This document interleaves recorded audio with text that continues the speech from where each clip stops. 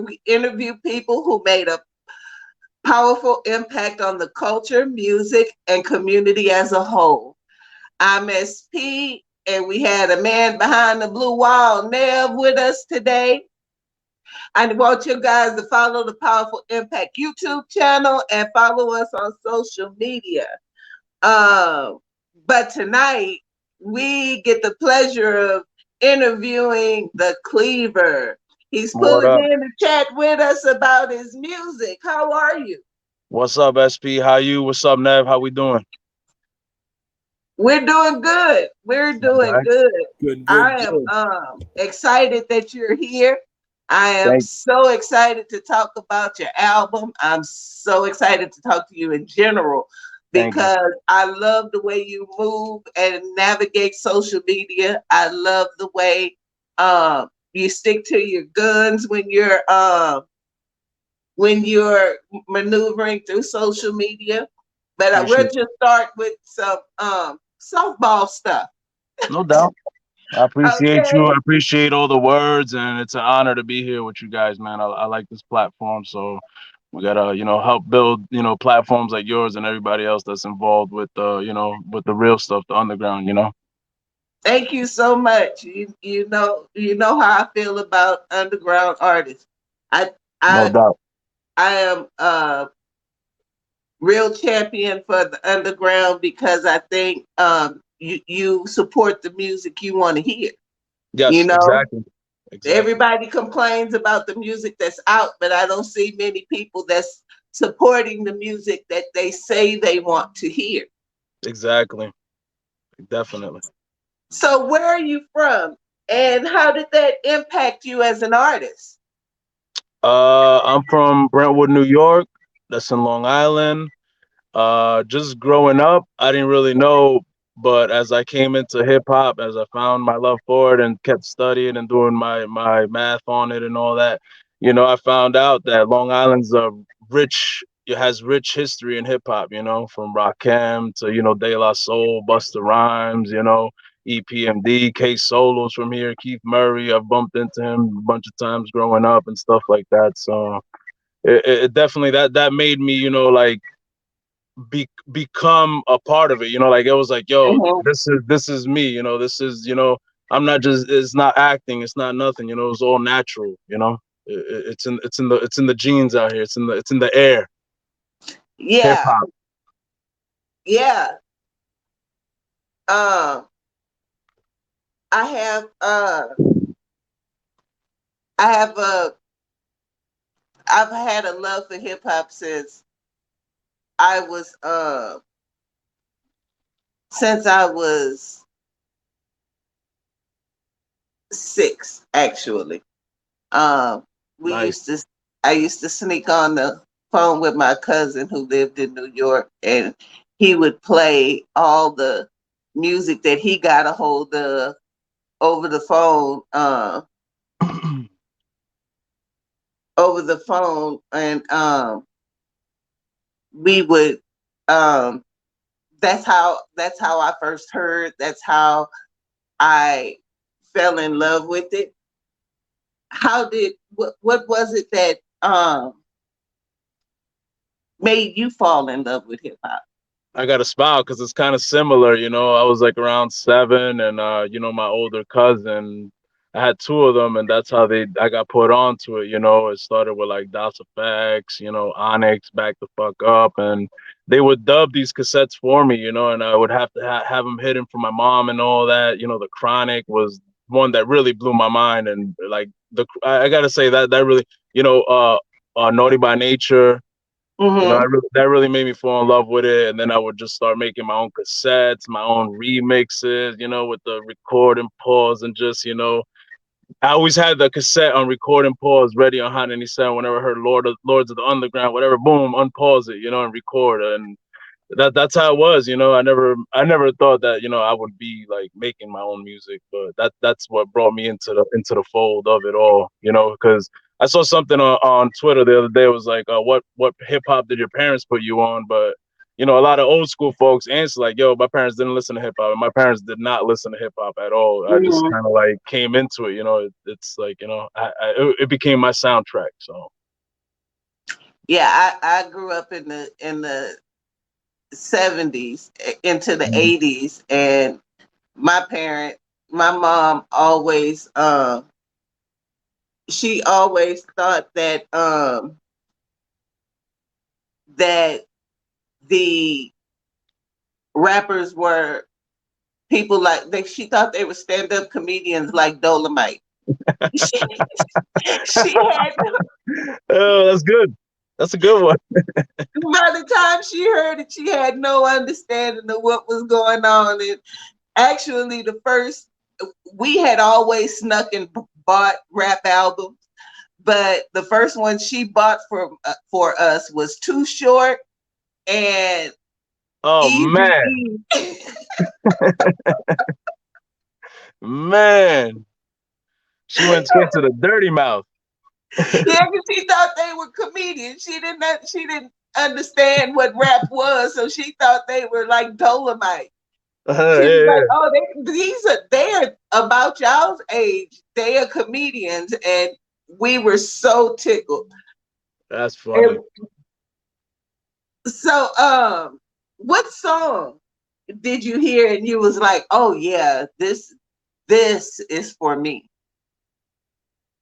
As far as to make my me for as personally for my taste, as in my Yeah, that taste, made you just say, "Yeah, hip hop is my thing." This is uh, I gotta say that DOS effects, man, bump stickity bump stickity bump. yeah, What? Once I heard that bass, I was like, oh man, that bass was crazy. House of Pain, I like them a lot too. Uh, uh-huh, Even I know they've been people been shitting on them here and there, but even Chris yeah. Cross, I felt like I was like, oh shit, kids doing it. I felt I related to it. So from that point on, and OPP definitely an anthem forever, and Mhm. stuff like that is what really got me into it. And then once I went into the Chronic, I started like getting more into the musical aspect of it, because you know how Dre puts like all these little sounds, and just the way he does it, is amazing. And then from there it grew. Yeah, for me, I love I heard Sugar Hill Gang, but Okay. what really solidified it for me was actually Your Mama by Wolf Ticket. Okay. Nobody's heard it, mostly nobody's heard of that song, but that was my favorite song, Your Mama by Wolf Ticket. Uh, so when you when you heard DOS effects, because um I thought they were so much fun. They were Um, definitely. was that what drew you to them? Yeah, just in the sewer. I don't know what it was, man. It just I was attracted to it, the sound, and I told my cousin, I was like, "Yo, can you record that for me?" And he did. Sure enough, he recorded that album for me. He's like, "Yeah, I got something else for you." Gave me the Onyx and the Chronic and stuff like that, and just built up from there to where I was doing my little hustles here and there and saving up money, and I started buying my own cassettes.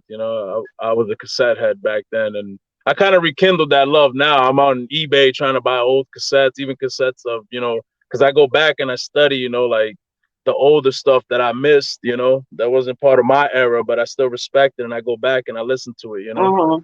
So I order those cassettes too, just to have my collection. Yeah, when you okay. When I first met you, you were the butcher. Yes. Um, how did you get that name? That name came about. Originally, I was Abdullah the Butcher. Mhm. After the wrestler, and I took on that name because my style at that time was like that, grimy, gritty. I was more hardcore. So like around '06, '05, I adopted that name, the Abdullah the Butcher. In like '08. I started. I took off the Abdullah because a lot of people were thinking that I was a Muslim guy or whatever, stuff like that. So I didn't want to be seen like I was faking some shit, and I'm just gonna be the butcher. So that's how the name. I rocked the butcher since like '07, '08, just the butcher.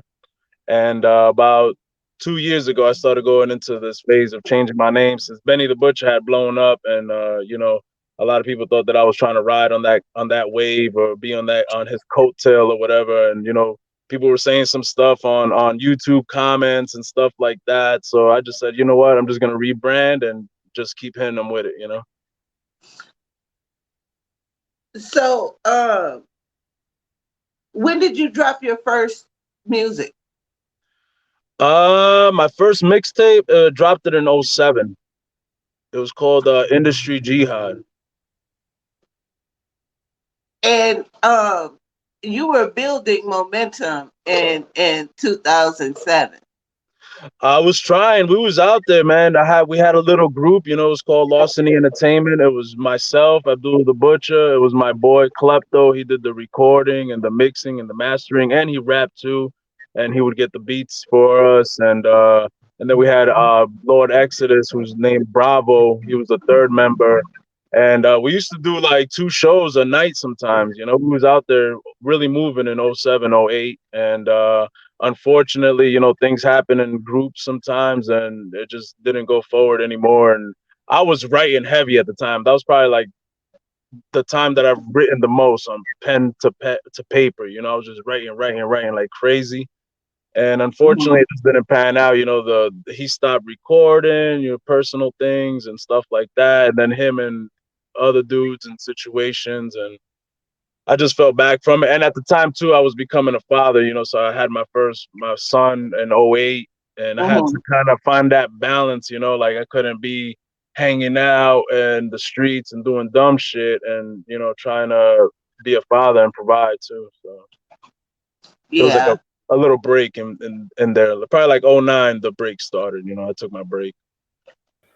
So the Cleaver, first and Yeah. foremost, how did you come up with your name, the original name, and then how did the name change take place? Why did the name change take place? Then I was asking, how did the name change affect your music, lyrics, or hip hop persona? Because it's weird, we embody things. So I just want Yeah. to know when you change it, how did that affect it? Um it really didn't do much, man. I'm still the same. It's still me, same product. You know what I'm saying? Like, even though Benny the Butcher is on that, the I call it coke rap type deal, with all that stuff, the mafioso rap. So that's not me. So it never really like changed. But on my own, as I started experimenting with stuff, I got more. I evolved more. You know what I'm saying? Like I said, the name originally came Abdul the Butcher from the wrestler. He was gritty, grimy, didn't play fair in the ring. So that's how my style kind of was. But as I evolved, I kind of changed my whole, I started dealing with different beats, different subjects, stuff like that. And then the Cleaver becomes what, like just smashing people? Yeah, yeah, it could be for many things. I like, we can chop it up on deep conversations, just, shit like that. you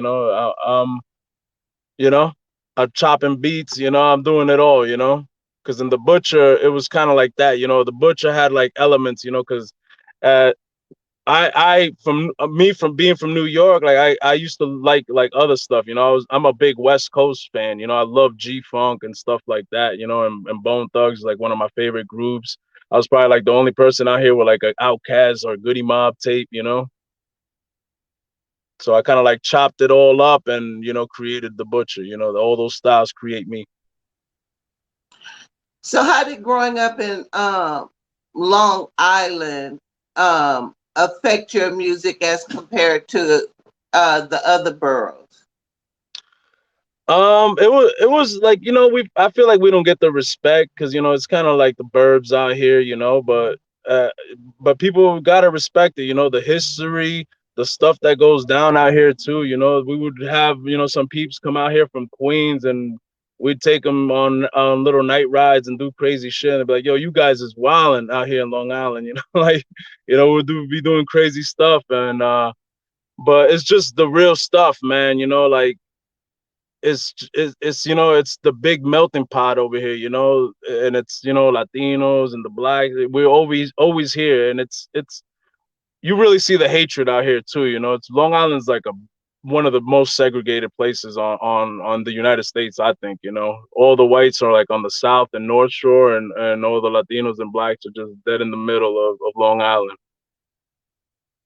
Yes, and a piece of why they created the overhead passes was so that from like the 50s and 60s, that Yep, buses would not be able to come with public transportation, so not too many black people would be able to come.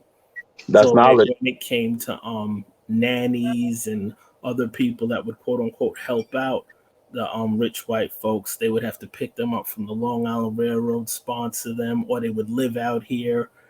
Things were made to prevent, Yep, instead of having white flight, prevent a big influx of people, right? all And facts. it's interesting how they set up structures, literally structures, to Yep, slow down that. And now a lot of these quote unquote white areas now have turned even black and brown because of the flight of people from Queens, Brooklyn, Bronx. And that's another thing that plays out in Long Island that a lot of people don't understand, is that a lot of people are migrating from the boroughs out here. yep, And yep, yep, especially now with the pandemic, there's been a massive flight and exodus upstate and to Long Island.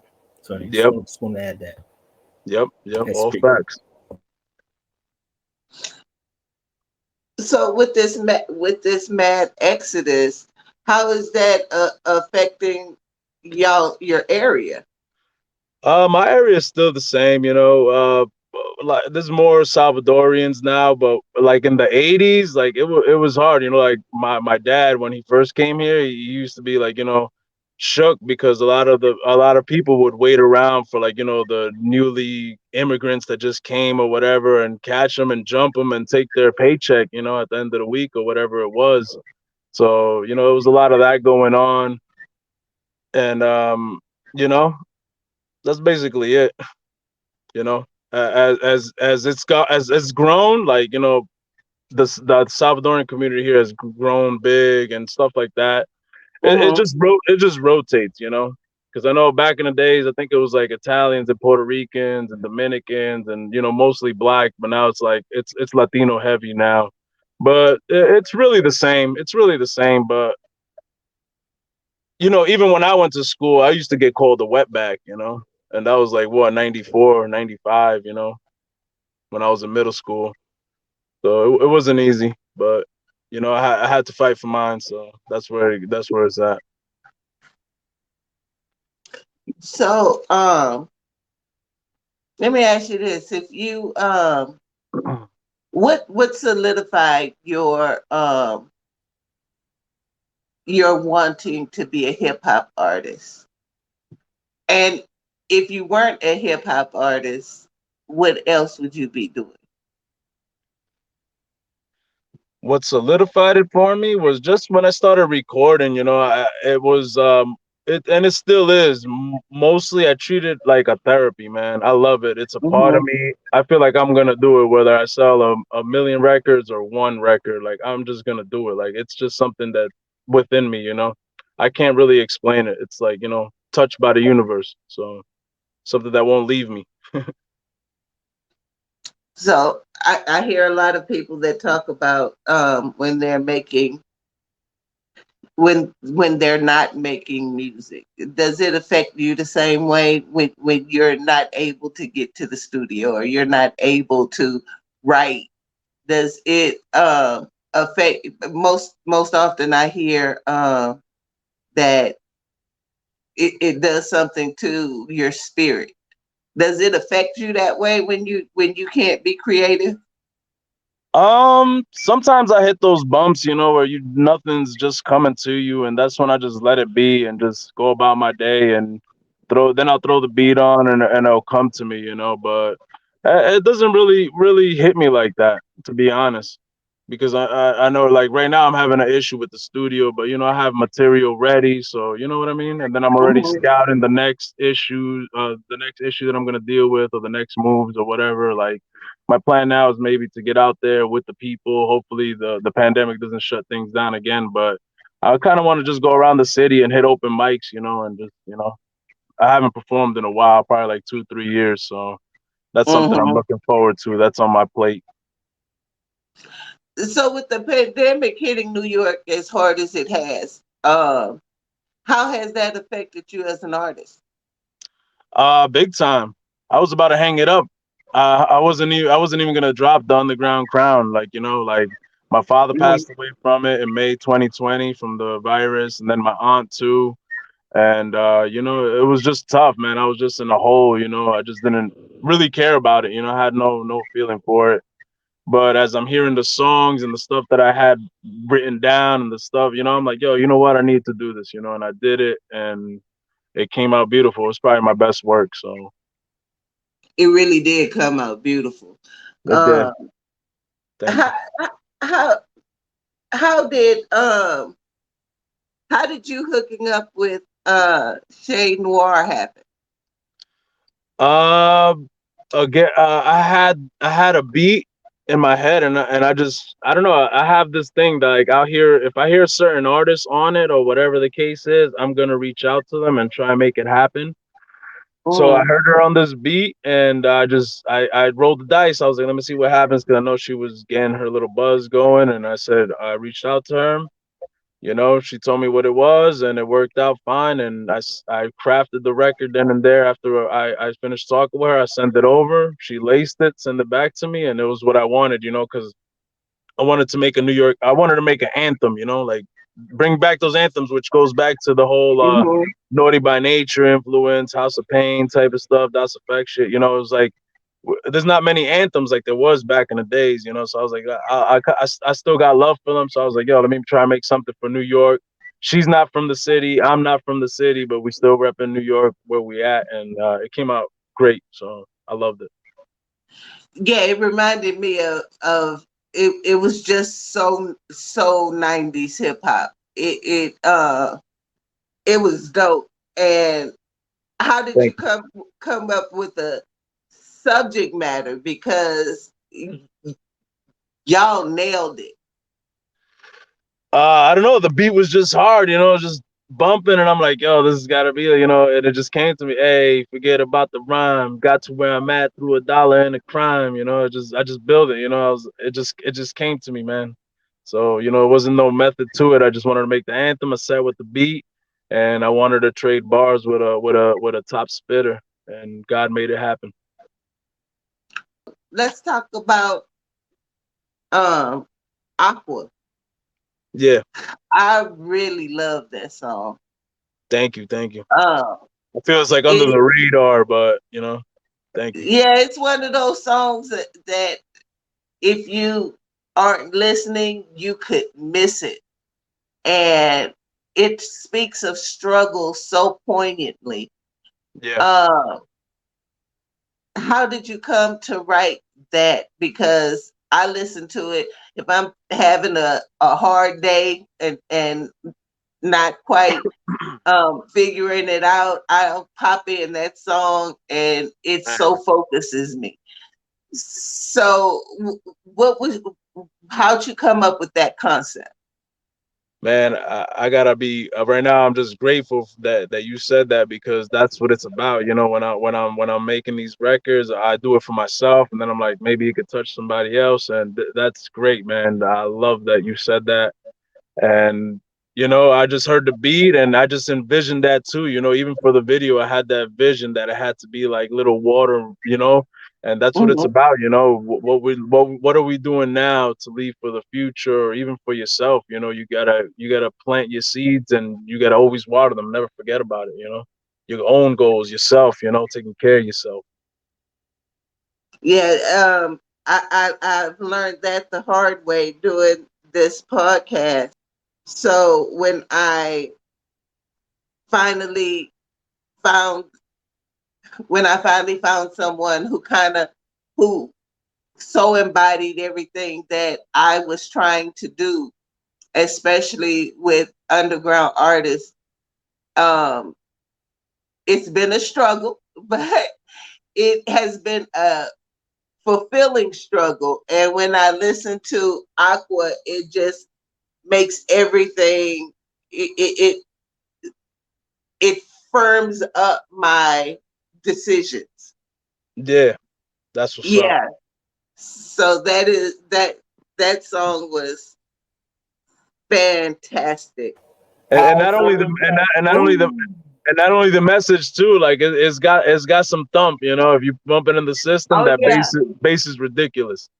You know I'm Southern, so Yeah, you can always get me with some bass. If the yeah, windows is rattling, no you in doubt. there. Appreciate it. That's what's up. Go pick up the CDs, cassettes, and vinyl on Bandcamp now. Word up. Boom. Definitely. I was gonna ask about the artwork because that's what caught me with it. I saw it on Twitter. The Yeah. artwork caught me. Like, what inspired that? How did that come about? That's first, and then second is the title. What does it mean? How did that come about? Those are my two questions. The artwork grabbed me, just like that song "Grab SP." The artwork grabbed me. That's what's up. That's what's up, man. I appreciate it. The artwork was done by Space Case. He also mixed and mastered the project and was featured on it. He's a talented dude, man. He's from Wisconsin. I got the opportunity to link up with him, and we just, we have a good vibe, a good relationship. And I just told him kind of what I wanted. I send him some certain pictures here and there.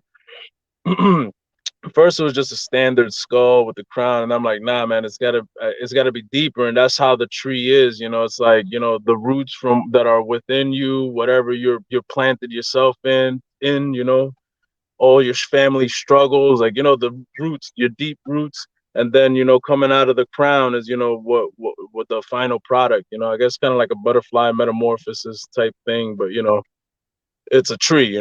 So that's kind of how that artwork came about. You're rooted deep into the underground and just, but you standing tall. Blooming And blossom. yep, You bloom and yep, blossom. that's right. But in, a tree, more strong. And as far as the name Underground Crown, I just, it's kind of, I was kind of being, like brash with it, like, yo, this is my shit, Underground Crown, like, crown me, like, that's basically it. It wasn't nothing too much deep to it, but just letting them know my position. I grew up in the 80s, and growing up in the 80s, it was a confusing time because we had also grew up in the 70s. And so it was a time of empowerment, and it was a time of um, a lot of music, especially hip hop music, that was uplifting and kind of spoke to the moments we were in. Yeah, And then the 80s hit, right? So when the 80s hit, there was a huge shift, right? So being your age, you probably came up in the era where it was full blown. yes, I gratefully. came up in the era where we were adjusting to the change in momentum. Yes, And once it hit, it kind of took us by surprise. But you grew up in an era that was what you knew. yeah, So, so growing up in that time where they made all of these laws and broke up so many families, and um, there was such an increase, a massive increase in gang activity. Um, how did how did that move your focus? uh, as a teen or as a kid. I mean, as a teen, I was in I was in the mix, you know. So Mhm. you know, I'm from '83, so you know I had that little bit in the '80s, but I did grow up in the '90s, you know. So I say I'm blessed because you know I had the ability to see all this new technology now and be a part of it, and then also with Mhm. the old school ways instilled, you know. And as far as the gang activity, that was always going on around here too, you know, in Brentwood. It was always around. So, you know, I know that there have been certain issues that have happened probably within the last decade that came to the forefront, and you know, but it was mostly political theater. I'm saying, you know, those certain Mhm. gangs that came on front of newspapers, but you know, it's political theater. It goes hand in hand with immigration situations, and you know, people trying to get into office, and they're gonna come out here and kiss babies and shake hands and stuff like that. But it doesn't go away. You know, the problems are deeply rooted, and you know, then there needs to be other type of solutions. But me, I was kind of in the mix, but you know, I kind of stayed neutral too. So you know, I was able to have Mhm. friends in different gangs, but it would be an issue, and it kind of hurt, and there would be nothing I could do about it if you know they were gonna get into it. So Yeah. I think it's always hard to be. It's always hard when you're neutral because yeah, I also stayed neutral. I didn't want to be involved in any way, shape, or form because I knew early off that I wasn't a track star and I wasn't gonna get in the habit of running. So, yeah, I hear you. I hear you. Nah, yeah, but that was me too. I was asked plenty of times by different, you know, organizations, but just something within my heart was like, you know, I just didn't. I always had that forward thinking, like, you know, I can go down for somebody that I'm not even tight with like that, you know, or somebody that's not mhm, really a do or die. Excuse me, can tell on you, or they get into something, and then just because they're part of the organization, whatever the case is, the gang, you got to go out there and show face for them, and they might not even be a solid individual, you know what I'm saying? So mhm. that's what kind of kept me back from all that. I never wanted to go down for anybody else or anything. If I was going to go down, it was going to be for me, you know. Yeah, mine was real simple. I didn't want to get shot at. that That too that too yeah. yeah. Everybody I knew that was in gangs was getting shot at, and Yeah. I was like, I don't want to do Mhm. that. Yeah. That's just not my my thing. I don't want to get shot at. So I pretty Yeah. much avoided it as best I could, considering the family that I came from. But Yeah. there was so much. It was so much drugs. I remember a show that they used to make us watch in Texas about heroin. Wow. And it was shot in New York. It was shot in New York. Hmm. How prevalent was heroin in New York? I mean, this past decade, 15 years, there was really been an uprising and that, you know, with overdoses and stuff like that, or people just, Hmm. you know, overcutting things with certain materials and stuff like that. But believe it or not, like in the '90s and all that stuff, like it was about coke and crack out here. Like you know, Yeah. crack was still pumping. I'm pretty sure even still out there, somebody's still making some money on it. You know, but now within the past 15 years, definitely it's hit. You know the brighter communities and you know that's when they really start taking action when it starts hitting the bright communities and you know they're like, oh, what's going on here? And you know who's on the other hand of who's on the other hand of that is you know individuals like myself or somebody else. And you know I have some good people that are doing big time since they made laws stricter since you know the Hmm. overdoses and stuff like that. Yeah, it always bothers me because I grew up in the time of crack, and I remember the labeling of crackheads and crack fiends and crack babies, Yeah, and they were given the addicts big time. yeah, And crazy, right? now And now because it is not our community, Mm-hmm. now all of a sudden it's a crisis, Yep. and it's opioid crisis, and these people need Addiction, help. Yep. rehabilitation. Now they have money for centers and all this stuff. Imagine how many people they could have saved back then. If they were Hmm. if they were treated differently, how they were supposed to be. How many families would have still Exactly. been together?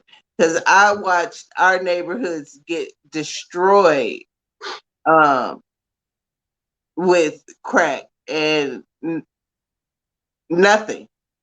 It was Yep. nothing done. As a matter of fact, they raised the sentences and made um, crack a higher drug offense than cocaine because you had to manufacture it. Yeah, you get caught with that, you get more time, or they come in, with paddy wagons through the blocks to pick people up by the bunches. So there's so many families that are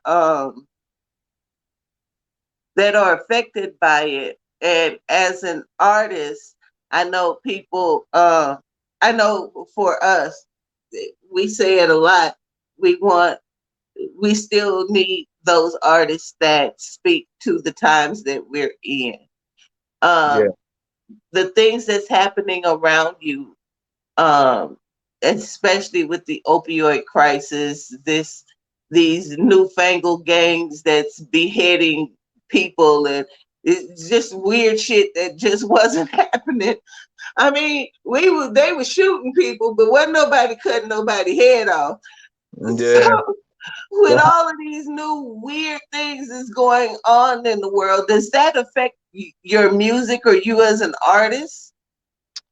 Not really, because like I said, when a lot of things like that have happened, especially more recent times, it's like to me it's nothing. It's like it's always been here. It's nothing new to me, basically. Hmm. You know. And do you think that it is the art is? Do you feel like, because I know a lot of us come down hard on artists, because we're so used to growing up in the era that we grew up in, artists addressing things that are happening in their spaces, right? Yeah. Um, do you think artists have a certain amount of responsibility to we always I always I could always put in an album uh and knew what was the atmosphere like in New York, or the Oh, okay. atmosphere on the West Coast, or Yeah, the yeah, atmosphere in Georgia or Atlanta, what was going on in our neighborhoods across the United States.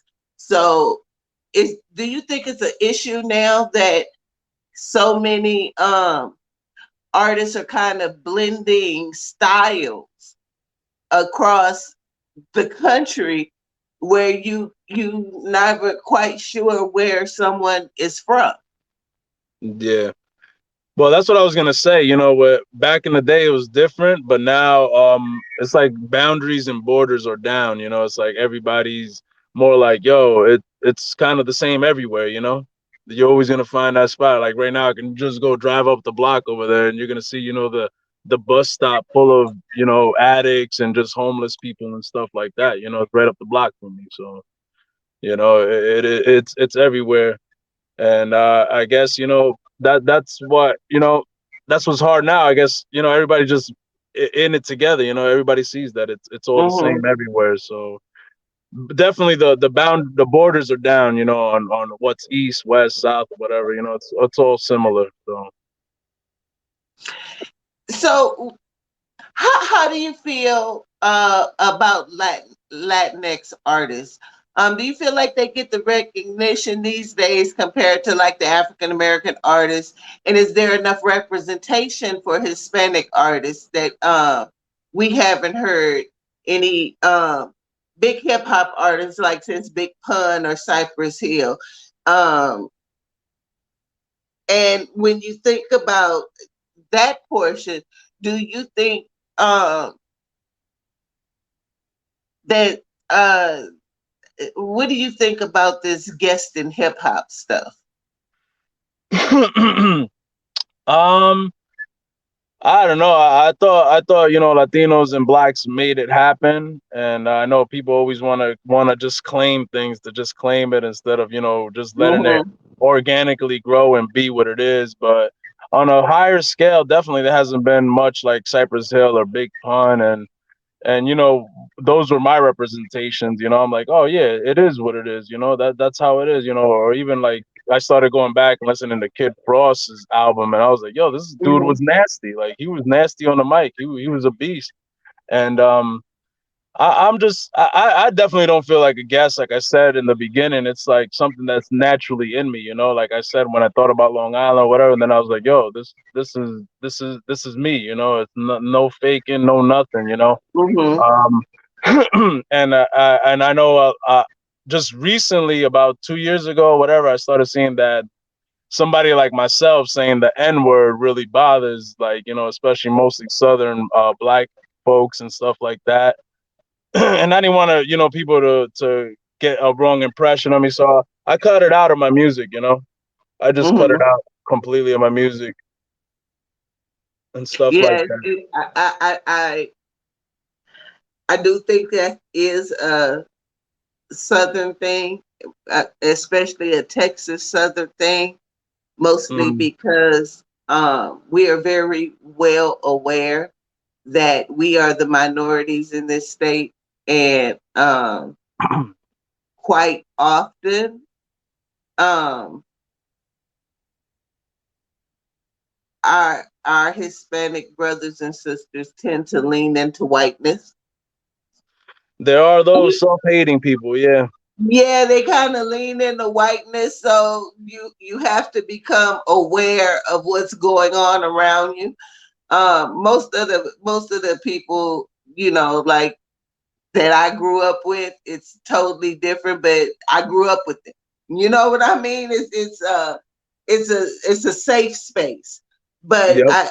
I've realized as I've gotten older that there are certain things that black people um, go through that other people of color don't, because some people can pass and Yeah, we don't always have that option. Um, yeah. No, I definitely feel that. but I think that's dope that you were even conscious of it, because it's so often that people aren't even conscious of the discomfort of others. So that's kind of dope that you even thought about it. Yeah, I had to be like growing up. I was just reckless, it was like part of my everyday vocabulary and all my old songs and all that. Then I just, I don't know. I just felt like I had to grow. I had to grow. Like somebody's told me that word's attached to just a mentality.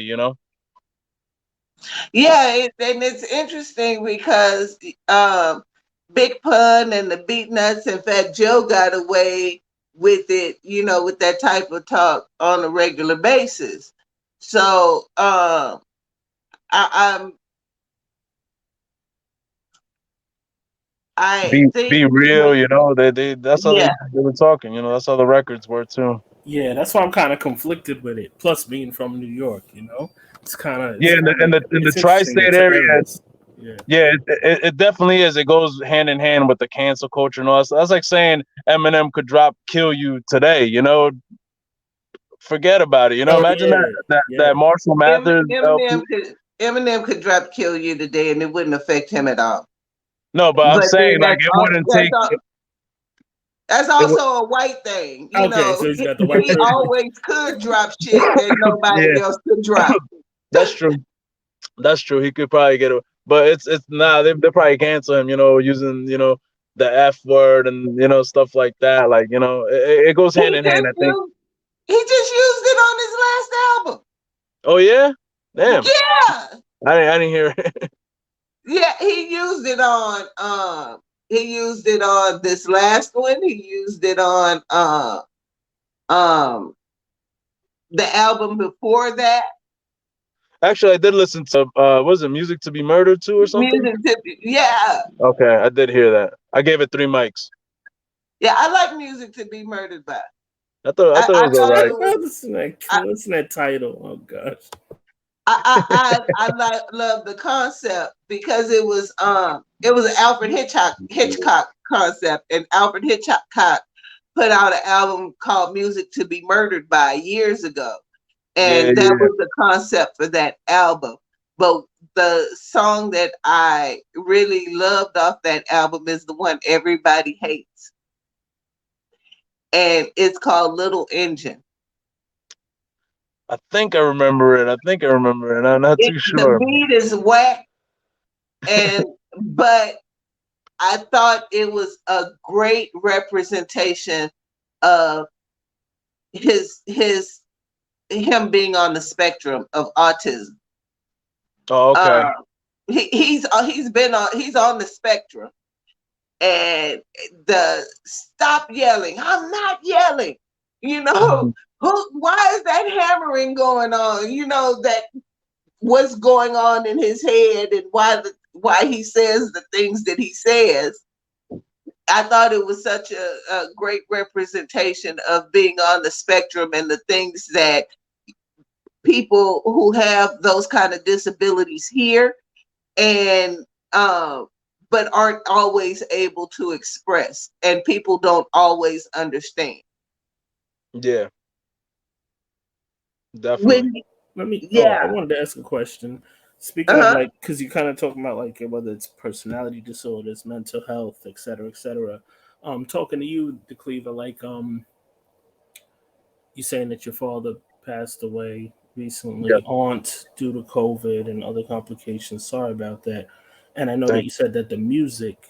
You're welcome. I know that you said that the music is a form of therapy for you. How do you. you, I guess, take care of yourself, like self care, dealing with PTSD, grief? Like Yeah. how have you been coping with that? Because she asked you before professionally, but I guess personally, how are you processing and taking care of yourself from an artist to the other artists out there? Yeah, man, it definitely was tough, and you don't have to be on the battlefields to have PTSD. Everybody knows Hmm. that. However you grow up or whatever the things that happen to you in your lifetime, and it was tough, man. Like I said, I didn't even care about music or nothing, but somehow it kept calling me. That's why I say it's part of me. It's from the universe to me, and that's why I'm always gonna do it. Regardless. I'll probably be 50 putting out an album, but I didn't want to do nothing, man, and I felt trapped. I felt trapped. Like I was living at a place that was, it was pretty out of my range, pricey, but I had to keep going to work. But now I like, 2 weeks ago I put in my 2 weeks, and now I'm free. I'm gonna take off like a month so I can personally grieve and, just take my time, make some more music. So that's how I'm taking care of myself right now, and it was probably the best decision I made. That's uh, amazing. Yeah, Taking some time yeah. for yourself. Sorry. All right, Yeah, I'm and closing. it happened, man. It's like that's what I mean. Like things are just meant to happen, and I can't question it. The universe moves you. Sometimes you don't even want to do something, but it pushes you in that direction. And it was hmm like after a while, I got out of that apartment complex, and it was pricey there, and I came to live here in my dad's house, and I live here in the bottom part of the house, and I started saving some money, so that gave me that. I didn't feel trapped like I felt trapped before. I'm like, yo, I can't stop working. I can't, you know what I'm saying? Like I never took that time for myself and self reflection.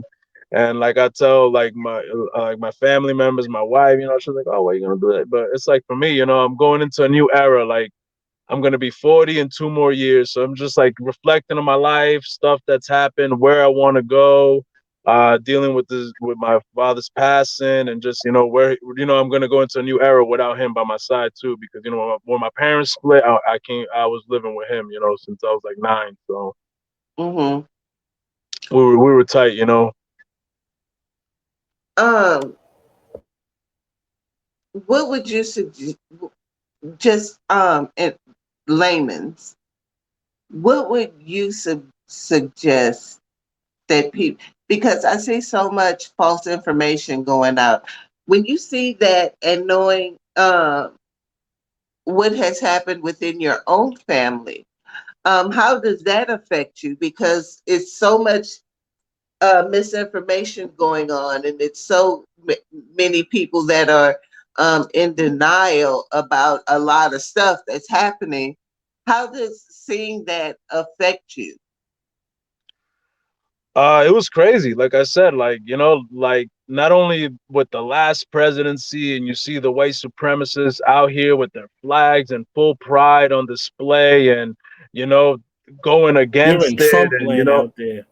You're in yeah, and go. Trump land out in Suffolk County. It's crazy, man. And them going against everything, saying like it's fake and all this stuff. And my aunt passed, my father passed. It was tough, man. And then in the mornings I'd be driving to work. It took a mental strain. That's why I said, um I'd be driving, and there would be nobody on the roads, and you just see the sign, COVID is real, put a mask on, and you constantly seeing that for 7 8 months. You're like, man, like, is this gonna ever end? What's gonna happen? And I don't know. It did take its toll on me mentally, but now I'm glad. Like I said, I saved up some money, and I'm taking my time, and I'm gonna take care of myself for a few. And what's funny is, when I left, then my boss was like trying to give me a raise, trying to do everything for me not to leave, and I'm like, I gotta do this. So I felt like, the universe did this for me. Take your break, my child, and your job is always there, whatever the case is. Mm-hmm. And if worse comes to worse, you can always get another one or create one. I, Exactly. I like what you said. You said, I feel that I was trapped, but you realized that it was a self imposed imprisonment and a self imposed false sense of security. And you're like, I need to, like Bob Marley said, oh, none but ourselves can free our minds. And you're like, I need to liberate myself. And Yeah. many people, right, are afraid to take 2 or 3 steps back to then take 4 or 5 forward. And you said I was willing to humble myself, plus go into the basement, do etc. to take care of myself so that then I could grow and expand, moving to the next. And sometimes people take that as, man, I'm not going to take that L. I'm not taking that loss. Look at what I've done here. But you realize that holding on would actually be the thing that could actually drown you. And you're like, I need to let go so that I Yeah. can take care of myself and rise. And I think that's an Definitely. important piece to let people know. Like, right? Like, I Definitely. don't always have to move forward. Sometimes you do have to take a step back to then gain Mm-hmm. some ground. Sometimes you do have to step away to give yourself a mental break. Sometimes you do need to Exactly. recharge to get invigorated and attack again. And I think that's amazing that you did that. And sometimes people's egos or their mental blocks will tell them, I'm failing by doing this. But no, I'm gonna end up on the brighter side when I come out of this. So I just thought that was amazing that you did that. Congrats to you. Definitely. Thank you, man. I appreciate it, man. It was very much needed, and I'm glad I did. And now I could do other things. Like I was fortunate enough to get my CDL, so that's what I do, and that's what I'm focused on. Above my music is what I have is like trying to get my own little truck and get my own things happening. So I never know. The day of tomorrow, maybe my son doesn't want to go to school. Maybe he doesn't. Maybe he just wants to work, and he can come on and carry it into the future. Whatever the case is, it's just my little blueprints in my head. I know there was this was the question that's being said. I know that one thing I've noticed on this, and I've repeated this a few times that I've been on this podcast. Many of the artists have repeated that they nearly gave up or they did give up, that something pushed them into it, and then here we are on the podcast talking to them. They dropped the illest project For real. that they did in their Thank career, you. yada yada. You did say it, but I kind of want to know exactly what was the tipping point for you to go, I am not giving this up. Because sometimes I'm sure people with podcasts or their careers or whatever, like, man, I'm done with this, or their marriage or whatever, I'm done. Yeah. Here's the white towel. What was it you think that made you say, all right, I gotta go again? Yes, it called you, but there had to be some. Can you take us through that? Like, what exactly happened here? I gotta say, maybe it was when my brother sent me a recording of my dad. that he had gotten from my sister, because my sister lives in Texas. So they would always chat on the phone, and my dad, send her a voice note, and I think that's what it was when I heard that. I was like, yo, because he says it in Spanish, but he's like, yo, thank you for the pictures, whatever. He's like, have a good night, I love you all, or whatever. He's talking to my sister and my niece and nephew, or whatever. But just that, I was like, yo, this got to be the outro to the album. So Mm-hmm. that's the outro to the album, and I made him executive producer on the album. On the inside of the physical and the CD is a picture of me and him, and I'm a baby, and he has me, and he's like just pointing at the camera, so it looks like he's like pointing at the world, like he's setting me off on the world. So something like that. That's what really. And then I had a beat too, and that beat, I was like, yo, I gotta make a song here, which it turned out to be the song Rain. So, it was dedicated to him. And, and everybody else going through any mental struggle, whatever. That's why the hook goes the way that it is. Yeah, this album was extremely personal, which is that always draws me. That will draw me in quicker than anything because I've talked to you on Twitter a lot, but this is the first time I felt that I actually understood you as an artist. Thank you. Um, what what inspired you to be this personal in an album? Just like I said, just the things that I was going through, and just trying to piece the puzzle together. Like I said, I had already had like at least 4 songs recorded for it, and I just had the beats and Mm-hmm. the concepts and everything laid out for everything else. And I was either gonna put it out as an EP or and just be done with making music, or even this whole being an artist thing. It's like that's that. I kind of put myself as just a person first. Like I can't be like I don't see myself as an artist. That's why even you saying that, like even now I'm like I'm still trying to find myself as an artist. Like trying to find that whatever makes me the artist, and but I'm just expressing myself, and I didn't even really think it was gonna be that personal, because I've gotten certain feedbacks from the album that's like, yeah, over here some situation I'm trying to the person, I'm not gonna name, but it was like I'm trying to get what you're trying to say in your lyrics and stuff like that, and obviously a lot of encoded stuff, and I don't know. It's like I'm from that era where you had to listen to the music consistently and try and break it down, so it Mm-hmm. wasn't flat out like that. But I'm glad it came off as a personal album, because like I said, I almost gave up on it, and then I just whatever came to my mind or whatever I wanted to express. Yeah, the replay value is ridiculous Thank you. because as many times as I've heard it, I still go back and catch stuff that I miss. Thank The you. production is fantastic. Shout out to Uh, Restless Mind. yeah, Restless Mind did the damn thing on that production. How did you end up working with Restless Mind? Restless Mind and Space Case. I met them, and like we made this dude from England had made a group that he wanted to make like a compilation kind of, and it was just Mm-hmm. artists from all over the United States. What Space Case is from Wisconsin. Restless is from Netherlands. So Restless was the beat provider, and that's how we linked up. And out of the whole group, we're still working. We got a project together, me, Space Case, and Restless together. We got a group called Remedy, and Restless did all the beats on that. That's gonna be coming out Mm-hmm. maybe in the spring. But that's how I linked up with him. We did 2 songs for that compilation. The chemistry was there, and we just built from there on. And he, one of my good friends in this music, for real. So who was the guy from England? His name was Street Orphan. Okay, Yeah. well, give him a shout out Shout because out Street Orphan, man. I love those kind of stories because when I started my Twitter page, my whole idea was that it would be a Twitter page full of artists that could meet each other and hopefully work together. And Yeah. I always find it dope when I'm just scrolling through the timeline and somebody runs across another artist that's on the timeline, like, oh, this shit's fire. And so Definitely. anytime I hear those hookups, it just delights me. I love that about this generation of artists, that y'all are so in tune to each other.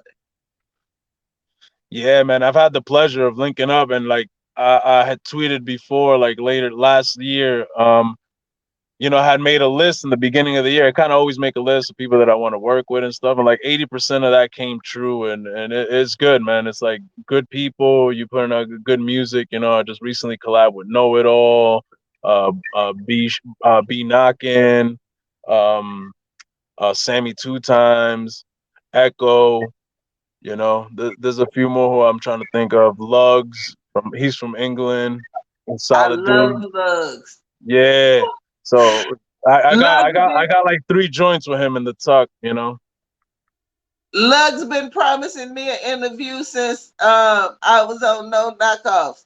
I, I'm finna harass him as soon as we finish. Say, He's fella, a he's busy, man.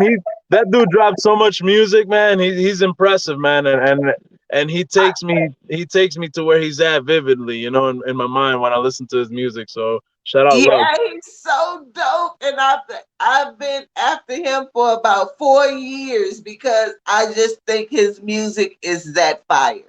I think that's one of the best things I it's why I will never delete Twitter. Some of the best artists I have found has been just people saying, listen to my music.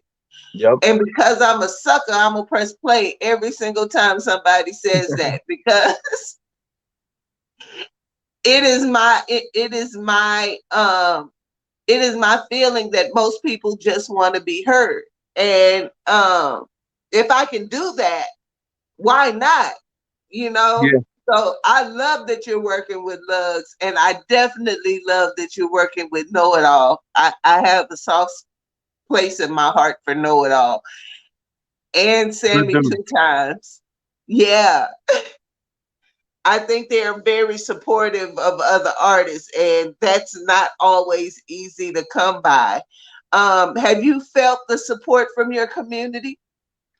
Yeah, I was gonna say that, like the respect and all that from the peers is great, but what I really love is the listeners, man. Like, you telling me what you said about Agua, and somebody else had reached out to me about Rain, about the song Mhm. Rain, that it touched them too. So it's great. I love the respect from the peers, but I always love more of the listeners. You know what I'm saying? Because believe me, there's like a million artists that'll start following me out of the blue, but I don't know. I'm like, man, who is this guy? I'm like, just so many artists. Like, I don't know. Sometimes I feel I might be wrong for thinking like that, but sometimes like I don't know. It's too many rappers now.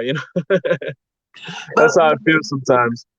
the real ones, you know who they are, Definitely, because I definitely, don't care what you drop, they're going to retweet your stuff, they're definitely, going to listen, they're going to have feedback on it. You know, they are more than just people that are following you just to get definitely. a follow. And I Man, hate those people. I hate those I people that hate just him. follow you for just to get a follow, because y'all's music is so dope that it deserves to be heard. Thank you. And it's the reason I do all of this, is because I think y'all deserve a platform in order to be heard. Appreciate you. People should know.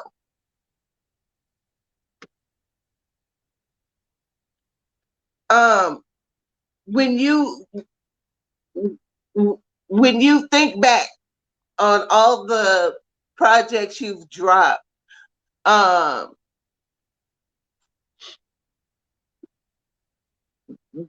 you say this is your favorite project. What is your favorite song from this project? Oh man, it varies every day, every time. but like I probably have to say like write rhymes.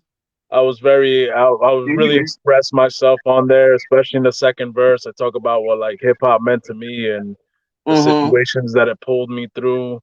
Definitely love Agua too. It's just a lot of bangers. Rain is one of my favorites too. You know. So where do you see your career in 5 years? Um, I don't know. Hopefully, I can hit Europe. I definitely would like to spread out and just have travel with my music and maybe catch more ears. Mhm. It's a totally different era. There's no labels, there's no that. Mhm. Even like a lot of people stay relevant with gossip and stuff like that. So it's a weird era to navigate through. And then with the streaming, it kind of makes it hard to anybody. You really gotta love this shit to be doing it, because it's really not a Yeah. come up. It's not a come up like it was in the '90s anymore, or even the early 2000s. It's not that come up. So that's why I always encourage people to always buy the physicals, support the Mhm. artist, man. Support the artist for real. Of course. Yeah. Um. That's it. Would you? Just to answer your question, I definitely see myself just expanding more, growing more, and hopefully catching more ears. And I really wish that I had the money to put behind, like certain artists that you said, like that I've met on Twitter that are great, and I'm like, man, these guys need to get out there, man. I wish I could, have put a machine behind them, but Mhm. maybe I would be able to do that in the future. Maybe scout some people and help push that products too. So, would you think back to this project and what do you want the audience to actually get from this project as a whole? As a whole, that that I'm fucking dope. That's Done. it. That That's I'm done. somebody that I'm dope and that I'm somebody that they could come to when they want some hip hop. Some dope shit. Is there an overall message or theme in this album? Overall message or a theme? Not like I said in the beginning with the whole cover. I was just talking my shit. I'm on the throne, like and I want to get more product out there so to people enjoy it and see my variety, the variety that I have. And the theme to the album was I try to sprinkle variety in there too. I had the anthems, the darker joints. Even a little explicit one for the ladies. Just little stuff like that. The rain joint. So Hmm. Um, w- when you sit back and you think about your life as a man, what do mm. you want your legacy to be? um, I just want to leave good memories. Uh, help out whoever I can help out, and that's it, man. Just leave good memories to my family. Leave them somewhat established so they can go on into the future. Give them that little bootstrap that not a bunch of people like us didn't get. Give them that little lift. And what do you want to be known for as an artist? As an artist. I don't know, because I've always been like a dark horse. I'm always counted out. I'm not somebody that somebody thinks is gonna be. And I'm like that too. Me personally, I'm like that. If I would be, if there was a group, I'd be like the Wishbone or the You God. I'm like in the back. That's just how I am. Like I don't want to. I don't need the spotlights. I don't need none of that. I just want to be a part of of some great stuff. I just want to be a part of the greatness, and hopefully people will be like. Well, like I said in some other thing, I said when you're thinking of hip hop, you better be thinking of my name, Cleaver. So hopefully, people would just put me there somewhere, and keep me in their lists. Already. No doubt. Top five. Who's your top five MCs at this moment? Ooh, And if you like me, mine changes all the time. My top five consists of about 40 motherfuckers. So it does, man.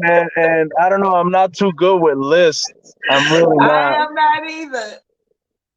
I normally Uh, just rattle off the first five I think of because my top five is about 50 people. okay, I gotta say, I'm not But gonna I go with mean the that you're listening to right now. I'm not gonna go with the usual. So I'm gonna do like, excuse me, a big influence for me was Prodigy. So Prodigy's like for me is number one. Then Dope, Nas, Ghostface, uh, Crazy Bone, Busy Bone. You know, dope, yeah. dope. And top five producers. Oof. Top five producers. Dr. Dre, Premier, RZA, Havoc, and DJ Muggs. I love that you mentioned Havoc I love Havoc, and man. DJ Muggs. Oh my God. So underrated as Yes, producers. yes, Yeah. and I gotta say, those are the godfathers of everything that because to be honest, I even stopped listening to hip hop for a while, especially in that 6ix9ine trap era. Like I was like, yo, Oh, this is done. Like even when I was doing, I did release two out. I did one in 2016 and one 2018, and I had people in the studio that would tell me like that my sound was dated. You know, like that was like, it was about the trap. Yo, get on some trap beats, man. Get on this, do this. Then I'm like, nah, I stuck and I still sticking to my formula. And lo and behold, like 2016, 2017, that type of style starts rising. But for me, I wasn't too impressed. I liked the sound because it was kind of like that Mob Deep. That's the essence of the sound that resurged now was the Mob Deep, mm-hmm, RZA, the Mug sound, that type of mm-hmm. sound.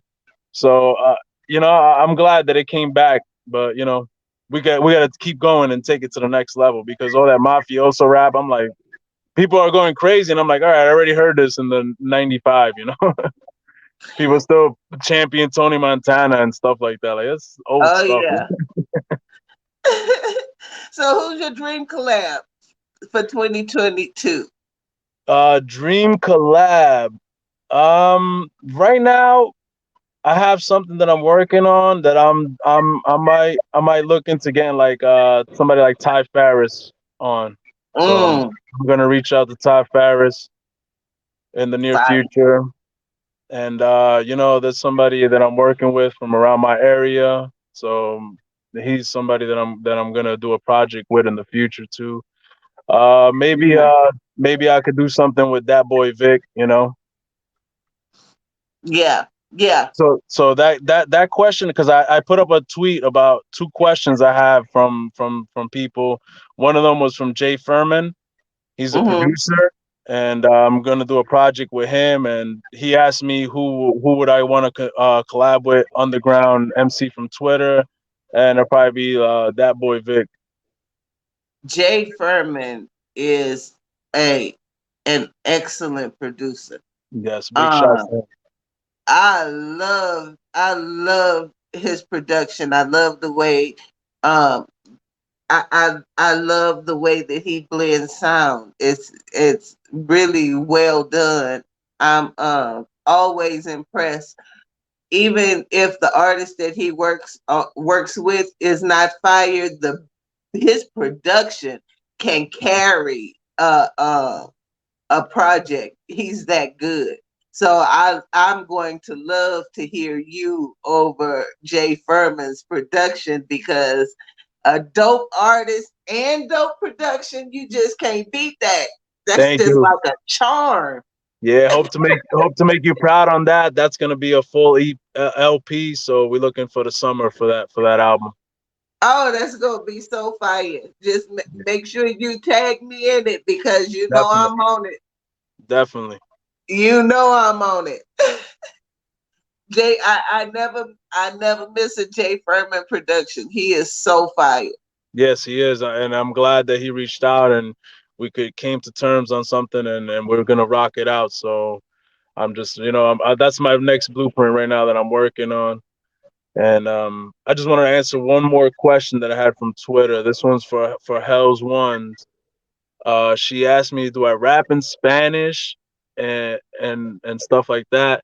I've tried it before, and I didn't like how my voice sounded with the whole with the Spanish words, you know. So I think Mhm. I think that shit stayed in the studio.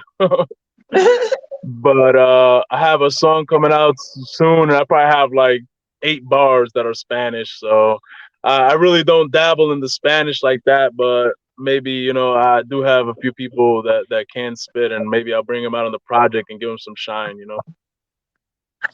I would I would love that.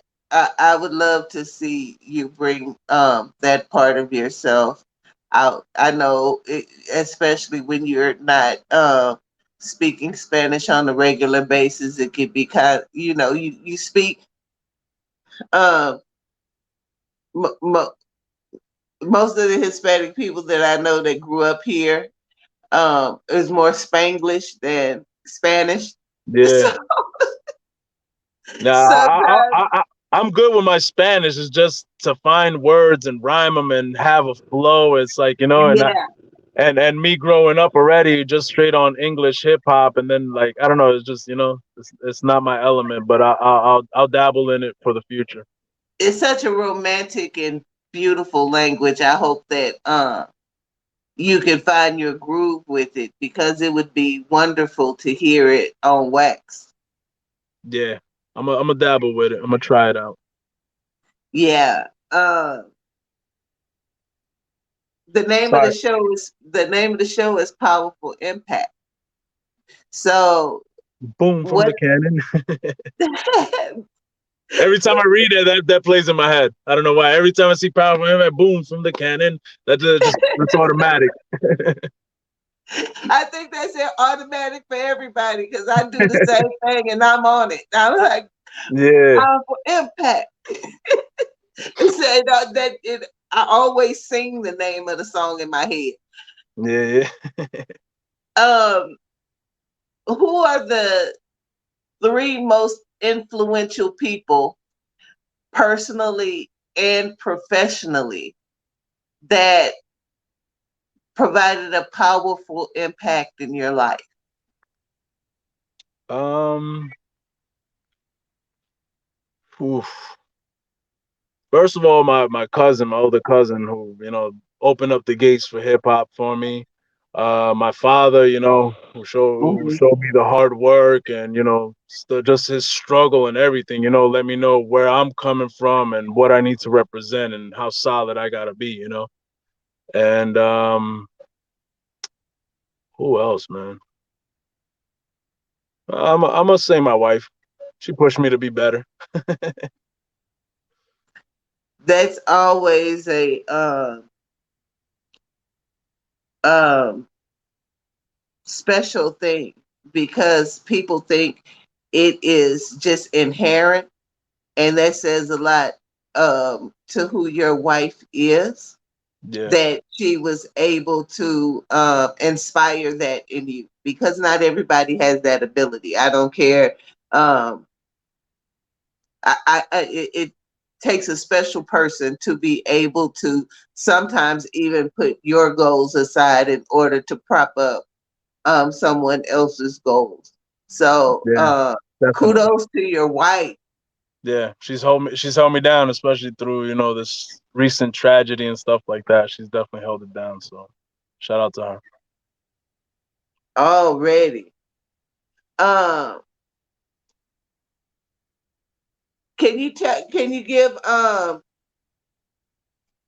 us some give out a few shout outs and tell people how they can get in contact with you and for anything, just where to find you on social media, put any projects you're doing or that you have coming up that you want to promote.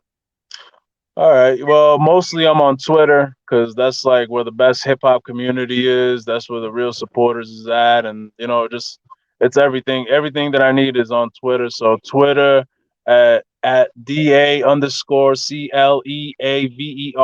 at the Cleaver. Also on Instagram, same at DA_CLEAVER 631. Also on Bandcamp, you can search for the Butcher. That's how I have it. I still have to fix that up on the Bandcamp, the name. I have a few physicals still left on there. All my music is on there, and especially the stuff that I couldn't put on streaming.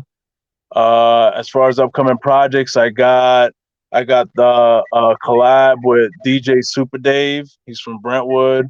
He's also gotten around in the industry, and he remixed "Used to It" for me, and then from there on, he sent me some beats. This is it right here, the Super Cleaver. That's a 4-song EP, and then All right. I also have another EP coming out. It's called Jules Infinite with Skip the Kid. I'm working on that right now. So those are two EPs that are going to be coming out, and then I also have the Remedy project coming out with Space Case and Restless, and then the Jay Furman collab. Hopefully, looking to the summer for that drop. So two EPs, collaborative album, and a solo album coming this year. And shout out to Skip the Kid. He's Yeah, doing the damn thing. yeah. Shout out to Skip the Kid. I I love. mean, Go ahead. his collab game is on point this past year, and he looks like he's setting up for a damn good 2022 too. Oh yeah, I big shout to him, man, and I love it because I seen like his evolution. Like from him Yeah, like starting reaching out to people, like he's doing his thing, man. He's evolving as a producer, and just he's a solid dude. So I'm grateful to be collabing with him too, and hopefully we work some magic and get it out there for the ears. yeah, he's another one. Whenever I see something that says Skip the Kid, I'm on it Hmm. because his production is stupid good. Yeah, he's got his rare and unique production, and you know that it's him. So, are there any new artists in Long Island that we should be up on game with, or any Uh, new artists that you're listening to right now that maybe we haven't heard yet and need to get a little extra shine? I mean, everybody that I probably listen to, everybody listens to already. Like Rome Streets had a monster year this past year. Yeah. I listen to some Crime Apple. I listen to Pounds. Um, what else? That's pretty much it. And I go with the old school. Right now, I'm like, like I said, I study the era that I missed. So like Hmm. the DOC's album is like something that I bump heavy. Like I started getting into the Booyah Tribe and just like I'm all over the place. I'm mostly going back and even like listening to 70s, 80s records. Like that's where I'm at right now. But as far as the newer cats, that's what I'm listening to. Yeah, And and I think obviously the people on Twitter. yeah, I think I'm deep diving into today. I grew up with the 70s and the 80s and the 90s, and I was there. Yeah, So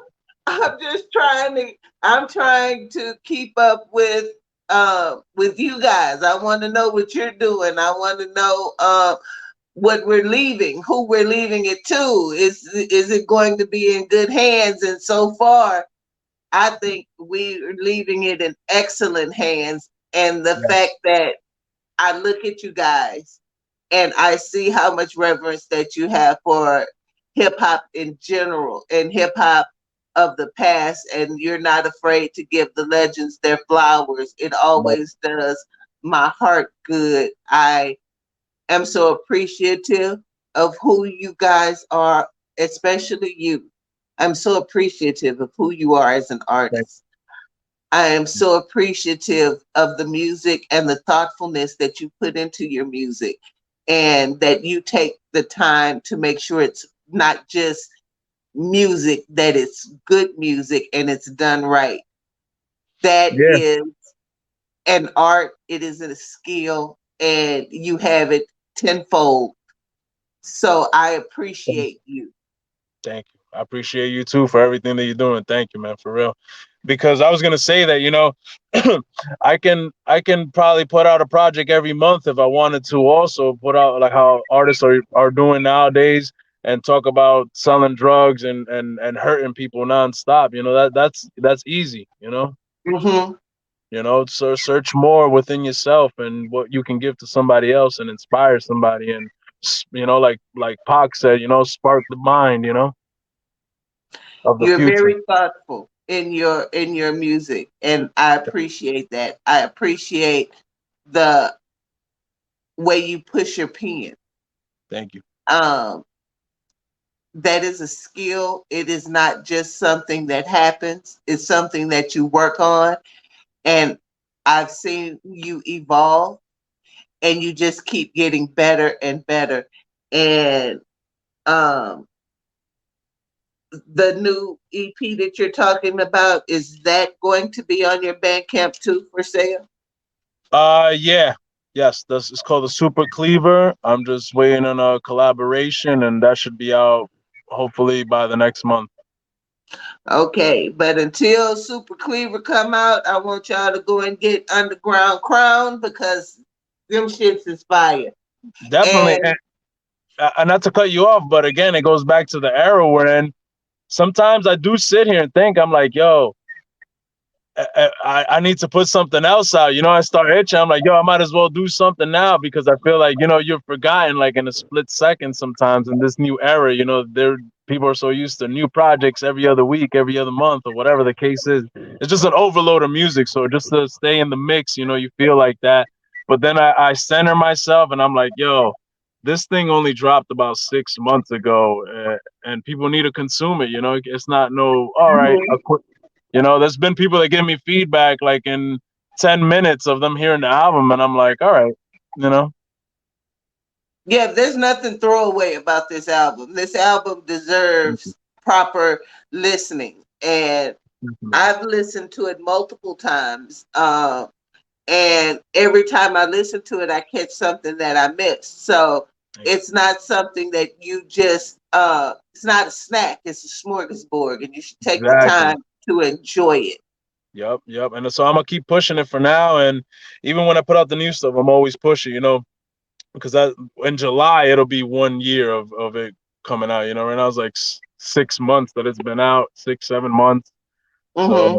I'm just glad that it was received the way it was, and you know that you know that inspired me and kept me pushing. You know, now that got me through that dark stage, and now you know I'm ready to bloom into something else. You know, we're gonna see what happens. And keep taking your time because it's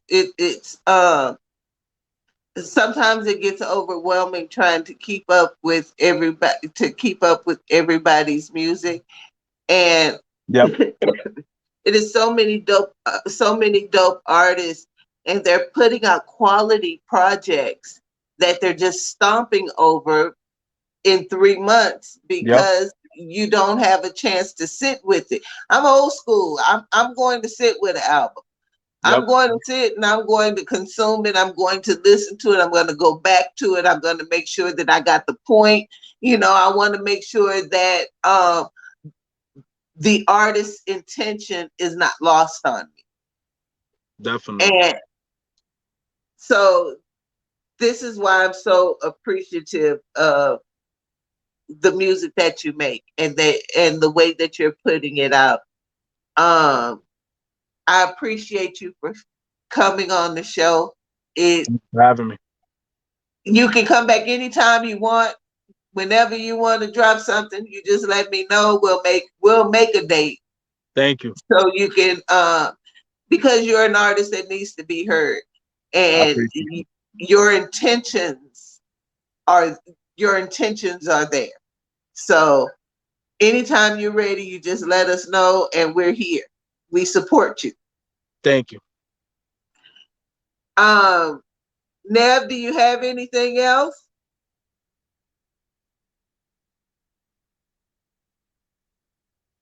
All Yeah, right. no. All I wanted to say is, listen, thank you, Cleaver, for coming on.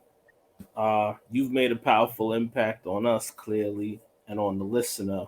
And I just want to say to the public, go out there and make a powerful impact in your community and the world at large. Definitely. Boom. Definitely, man. I appreciate you, Nev. Yeah, man. Strong All Island in the right, house. y'all. Don't forget to subscribe to the YouTube channel. Go to the Cleavers, the Cleaver, the Butcher, whichever one his band camp is on. You take your ass over there and you go and buy his music because it's well worth it. it's well worth it. If you can pay 99 cents, $2.75 for a bag of chips, you can go buy a few songs from the Cleaver and support his work and support the artist, because studio time costs money. Yeah, thankfully I was grateful to I was able to do something like that, and you know it just goes all into it. I did a pre-order for the Underground Crown, and that was able to help me pay for the physicals and just keep it going. You know, so I'm very grateful for Yeah. everybody that supported. All right then. So this is Powerful Impact, and we are out. Much love. Boom. Peace.